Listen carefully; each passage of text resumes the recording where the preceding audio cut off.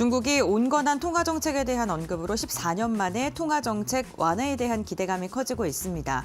내년 경제성장 목표와 이를 뒷받침할 경기부양책을 논의하기 위한 중앙경제공작회의가 오늘부터 이틀간의 일정으로 열릴 예정인데요. 과감한 부양책을 꺼내들 것으로 보여서 화장품 기업들의 실적 개선 기대감도 함께 커지고 있습니다. 화장품 기업들은 올해 수출이 100억 달러를 넘어서며 역대 최대를 기록할 것이라는 전망도 나오고 있는데요. 수출국 다변화에 중국의 경기 부양책까지 앞으로 화장품주들 실적 최고치 행진을 이어갈까요? 지금부터 알아보겠습니다.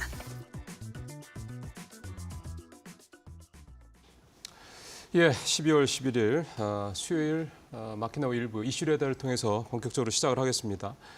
두 분 본격적으로 좀 말씀 듣기 전에 지금 나온 속보 두 가지만 좀 간단하게 전해드리겠습니다. 앞서 자막으로 나갔는데요. 11월 취업자 12.3만 명 늘어서 10만 명대를 회복했다는 기사 있었고 지금 자막 다시 나가죠. 그다음에 최상목 경제부총리가 제니 옐런 미 재무장관하고 화상으로 간담회를 가졌습니다. 이 자리에서 양국 간의 긴밀한 경제, 금융 협력 관계를 재확인했다 이렇게 밝혔고요. 기사 내용을 제가 다 전해드릴 수는 없지만 핵심 내용은 최 경제부총리는 제니 옐런 장관한테 한국의 이 금융 시스템, 경제 시스템은 잘 돌아가고 있다, 굳건하게 돌아가고 있다라는 얘기를 굉장히 강조를 했습니다. 옐런 장관의 이에 대해서 공통의 민주적 가치를 토대로 형성된 이 한미 동맹 관계를 다시 한번 확인할 수 있었다. 이렇게 양국의 협력이 계속되길 바란다. 원론적인 내용이긴 한데 경제부총리의 최 경제부총리의 이런 내용들에 대해서 화답을 했다. 이렇게 좀 볼 수가 있겠습니다. 제일 중요한 거는 현재 우리 상황이 경제 부분은 적어도 근본적으로 큰 문제는 없다라는 부분을 대외적으로 잘 알리는 부분, 이런 부분이 있다는 생각이 드는데 마침 오늘 경제부총리가 미 재무장관하고 이런 얘기를 했다라는 걸 좀 전해드리면서 본격적으로 좀 이슈에다 들어가도록 하겠습니다. 오늘도 두 분 모셨습니다. 소용원 차장님, 그다음에 곽유정 파트너 나오셨습니다. 어서 오십시오. 네, 안녕하세요. 예, 복귀를 좀 해야 될 것 같습니다. 잠깐 중간에 제가 뉴스를 전해드려서 중국의 경기 부양 관련된 얘기가 나오면서 이제 화장품 쪽 기대감이 좀 커지고 있다. 어제 화장품주들 주가 엄청 올랐어요. 맞습니다. 어저께는 사실 코스닥이 엄청 올랐기 때문에 다 오르긴 했습니다만 유독 눈에 띄는 섹터라고 한다라면 화장품 섹터들이 상당히 좀 눈에 띄는 모습들이 나타나줬습니다.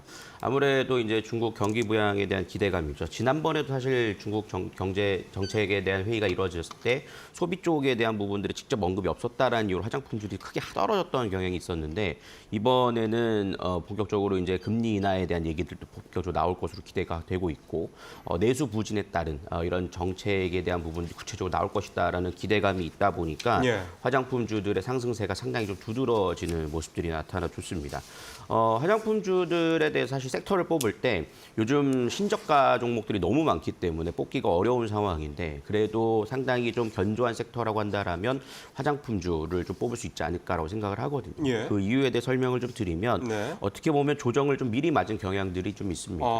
화장품 산업 자체가 위축되는 건 아닙니다. 근데 그동안에 워낙 성장이 빨랐기 때문에 시장에서와 경제적 가치에 대한 기대감이 굉장히 컸었습니다. 근데 그 기대감에 부합하지 못할 것이다라는 우려감들 때문에 그동안에 좀 하락을 하는 모습들이 나타나 주다 보니까 사실 주가는 하락을 하게 되면 그만큼 또 저평가되기 마련이거든요. 그렇죠. 근데 최근 들어서 이제 화장품주들의 평균 PER 자체가 한 12배에서 한 13배 정도까지 좀 하락했다라는 것은 그만큼 어떻게 보면은 버블에 대한 부분들이 좀 전개가 됐다라고 좀 볼 수가 있겠습니다. 근데 사실 이제 버블이 붕괴됐을 때 주가에서 가장 중요한 것은 실적과 펀더멘탈이거든요. 그렇죠. 근데 화장품주들은 사실 실적과 펀더멘탈이 잘 나오는 섹터들 중에 하나고 꾸준히 성장할 수 있는 섹터라고 본다라면 현재는 상당히 좀 관심을 가져봐야 될 시기라고 좀 보고 있고요. 일각에서 나오는 피크아웃 우려감은 별로 없다 이렇게 보신다는 거죠? 그거는 이제 너무 눈이 높았기 때문에 피크아웃으로 보여질 수 있지만 그래도 다른 업종에 비해서 상당히 좀 견조한 흐름은 분명하다라고 볼 수 있겠습니다. 그 이유에 대해서 말씀을 드린다라면 최근에 이제 얘기 나오는 것이 트럼프 관세라는 얘기가 나오죠. 화장품도 이제 보편적 관세에 이제 해당이 될 겁니다. 그래서 전체적으로 한 10% 정도를 부과를 할 것이다라고 얘기가 나오고 있는데 최근 미국의 화장품 회사들도 이 ODM에 대한 주문을 할 때 중국 ODM 업체에서 조금씩 이제 줄여나가고 있는 상황이라고 볼 수 있거든요. 근데 우리나라 ODM 업체인 콜마라든가 코스맥스 같은 경우에는 또 미국 현지 법인 제조 시설도 갖고 있고 이런 부분들이 좀 긍정적으로 작용을 할 수 있다라고 볼 수 있겠고요. 사실상 해외에서 판매되는 우리나라 화장품들이 물론 뭐 브랜드를 갖고 있는 LG생활건강이라든가 아모레퍼시픽 같은 경우 고가 화장품들도 존재를 하지만 대부분 저가 화장품들이기 때문에 어떻게 보면 보편적 관세에 있어서 크게 영향을 받진 않는다라는 리포트들도 분명히 나오고 있는 상황입니다. 그렇기 때문에 미국 트럼프 트레이드에 대한 우려감들에서도 좀 더 자유로울 수 있지 않을까라고 생각을 하고 있고요. 뭐 이러한 점들이 좀 긍정적으로 작용을 함으로써 2025년도에 성장도 꾸준히 좀 증가를 할 것으로 예상이 좀 되고 있습니다. 거기에 더해서 이제 중국까지 이제 소비가 만약에 살아나게 된다라면 어떻게 보면 화장품주들에는 좀 날개를 다는 그런 모멘텀이 좀 작용할 수 있다는 점에서 화장품주 지금 현재 구간에서 관심을 계속 가져야 되지 않을까라고 생각하고 있습니다. 좀 범위를 좁히면은 이제 ODM 네, 맞습니다. 쪽하고 개별 브랜드하고 어디를 좀 보세요? 저는 이제 ODM 쪽을 좀 더 긍정적으로 보고 있습니다. 브랜드 쪽은 아무래도 관세에 대해서도 영향을 많이 받을 수 있고요. 그리고 브랜드 쪽에 있어서는 어떻게 보면은 정말 좀 캐파가 넓어지는 한계가 있을 수밖에 없거든요. 그래서 ODM 쪽이 좀 더 유연하게 움직일 수 있을 것으로 예상을 하고 있고 주가의 행방도 확실히 ODM 쪽이 좀 더 탄력적이다라는 것도 나타나고 있다라고 말씀드릴 수 있겠습니다. 알겠습니다. 화장품주, 그다음에 그중에서도 좀 ODM 쪽을 좀 더 눈여겨보자 이 말씀이고 자, 화장품주도 굉장히 오래 많이 화제가 됐던 업종이기도 해서요. 아마 여러분들 많이 눈에 낯익으신 그런 종목들이 보이실 것 같습니다. 고은별 앵커 정리해 주십시오. 네, 화장품 관련 기업들 최근 흐름 살펴보도록 하겠습니다. 화장품 관련 기업들 실적 피크아웃에 대한 우려 속에 주가가 조정을 받다가 12월 들어서 다시금 주목받고 있습니다. 이에 탄력을 더해주는 게 중국의 경기 부양책에 대한 기대감 때문이겠죠. 2021년까지만 해도 중국의 화장품 수출 비중이 국내에서는 50% 이상을 차지할 정도로 굉장히 컸습니다. 지금은 K뷰티 수출국이 다변화가 되면서 줄어들긴 했습니다만 그래도 여전히 30% 이상을 차지할 만큼 중국 시장이 굉장히 큰 파이를 지금 기록하고 있는데요. 그렇기 때문에 중국의 내수 시장 활성화를 위한 경기 부양책이 당연히 국내 화장품 관련 기업들의 실적 상승에도 기대로 이어질 수밖에 없는 상황입니다. 특히나 증권가에서는 이런 중국의 경기 부양책으로 수혜를 입을 것이다라고 전망하고 있는 기업 3종목 정도를 주목하고 있는데요. 대표적으로 코스맥스가 있고요. 화장품 대형주인 아모레퍼시픽과 LG생활건강을 꼽고 있습니다. 코스맥스는 2026년 중국 상하이에 지금 업체를 만들기 위해 지금 건물을 좀 증설 중에 있고요. 이로 인해서 조금 더 중국에 대한 경기 부양책의 직접적인 수혜를 받을 수 있다라는 분석이 나오고 있고요. 기관이 무려 7거래일째 매수하고 있습니다. 전일에도 14%가량의 급등세가 나왔고요. LG생활건강과 아모레퍼시픽 대형주 같은 경우에도 원래는 화장품 기업을 좀 주도했던 종목군들이죠. 지금 현재의 지금 주가가 저평가되어 있는 구간입니다. 아모레퍼시픽 같은 경우에는 7%가량 상승했는데 그럼에도 불구하고 PBR이 1.3배 수준에 불과하고요. LG생활건강도 1.1배가량에 불과하기 때문에 지금 실적과 매출 기대감과 비교했을 때 밸류에이션에 대한 매력도가 여전하다라는 그런 긍정적인 분석 나오고 있고요. 한국화장품제조 같은 경우 영업이익률이 굉장히 높습니다. 전일에도 16%가량의 상승력이 나타났었는데 3분기 영업이익률이 20%를 웃돌 만큼 실적이 괜찮은 기업이고요. 주가 역시나 이에 따라 반응을 하면서 전일 5만 원 선 터치했습니다. 가장 큰 변동성을 보여주는 건 VT입니다. 이달 초에 27%가량 급등하면서 한 걸음 좀 쉬어가는 분위기가 나타나다가 어제 화장품 기업도 주목받으면서 다시금 24%가량의 오름세가 확인이 됐습니다. 화장품 관련 기업들 최근 추이를 보게 된다면 메이저 수급이 꾸준하게 들어오고 있다는 점도 긍정적입니다. 그렇다면 우리는 화장품 관련 기업들 가운데 어떠한 종목을 봐야 될까요? 지금부터 알아보시죠. 네, 고은별 앵커 수고하셨고요. 자, 서 차장님. 아까 ODM 쪽 좀 더 눈여겨보자고 말씀하셨는데 ODM 쪽에 어느 종목 보시는 거예요? 코스맥스 좀 보고 있습니다. 예. 네, 코스맥스 ODM 쪽에서의 세계 1위를 좀 기록하고 있는 기업이라고 좀 볼 수 있겠고요. 예. 좀 기대를 하는 부분들은 어쨌든 아까도 말씀드렸습니다만 화장품 섹터의 성장과 맞물려서 함께 움직일 수 있는 종목이라고도 볼 수 있겠습니다. 지금 코스맥스가 ODM 쪽에서의 2억 불 매출을 좀 달성을 했다라는 소식들도 좀 이어지면서 계속 성장세가 이어지고 있는 상황이고요. 코스맥스를 좀 나눠서 생각해 보면은 아까도 말씀드렸습니다만 북미 공장을 갖고 있는데 아직 여기가 적자입니다.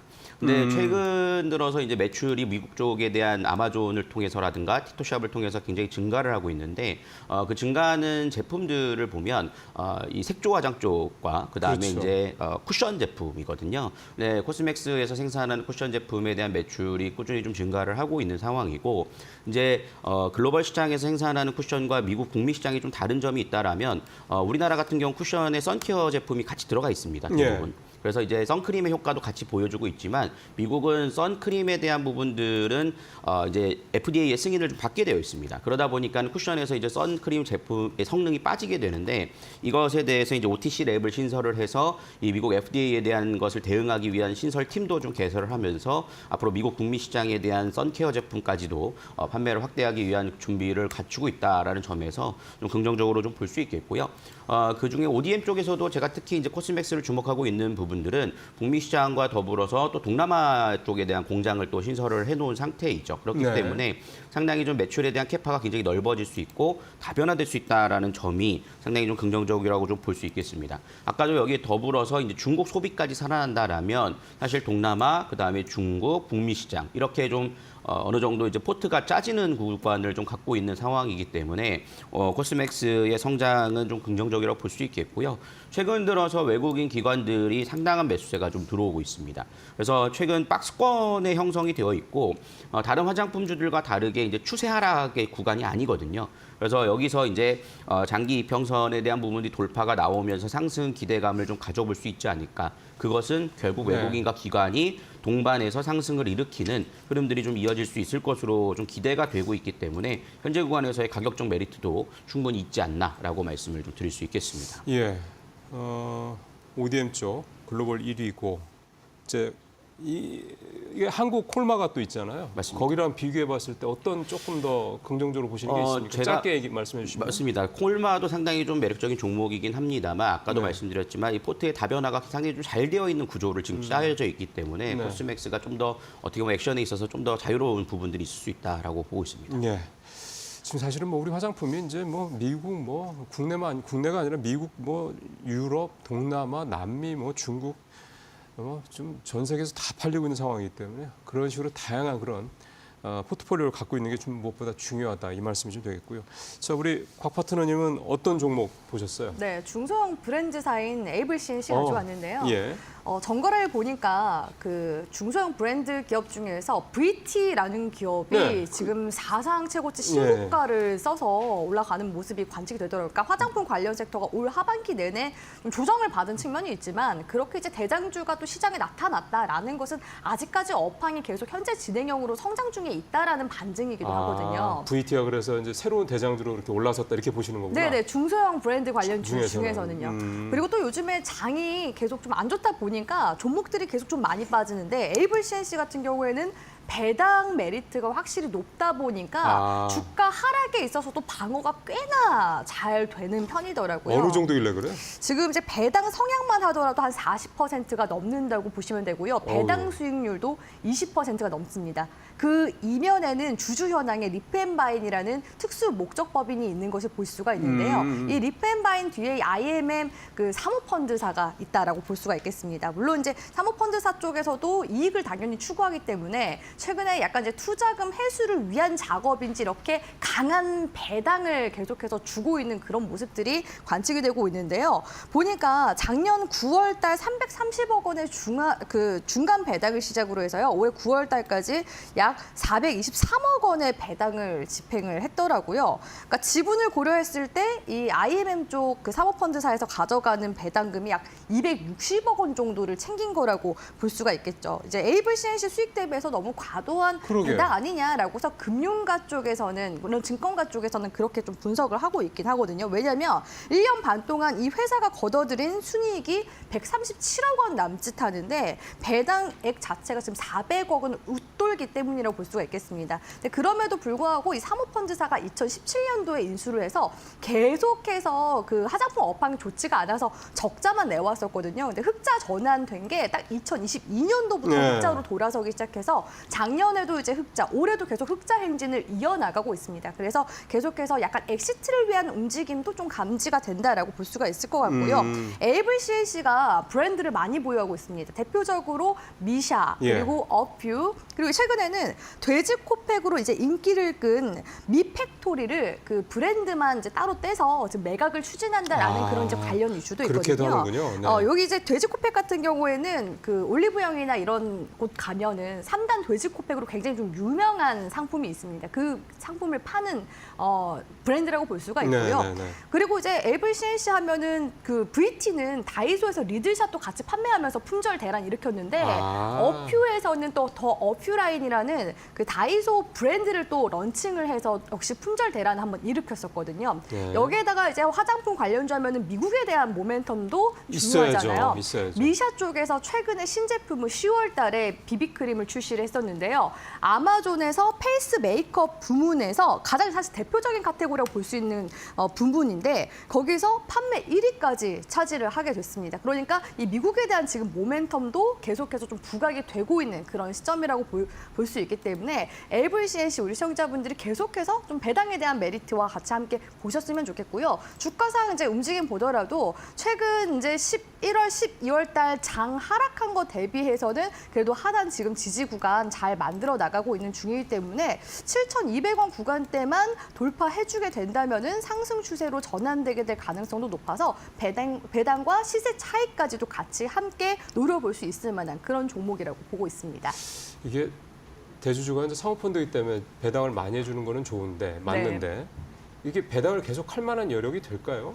일단은 배당을 많이 줬을 때 투자자들도 아무래도 진입하게 되는 그 가능성이 높겠죠. 예, 그러면 그렇긴 유동성도 매력은 확보하게 있죠. 되고 네. 그게 외형 성장으로 계속 이어지게 될 가능성, 주가 부양으로 이어지게 될 가능성이 높기 때문에 네. 당분간은 이런 배당 정책을 매각 전까지는 계속 이어나가지 않을까. 그럼 우리는 그거를 좀 활용을 해서 투자를 진행해 볼 수 있지 않을까라고 보고 있습니다. 예,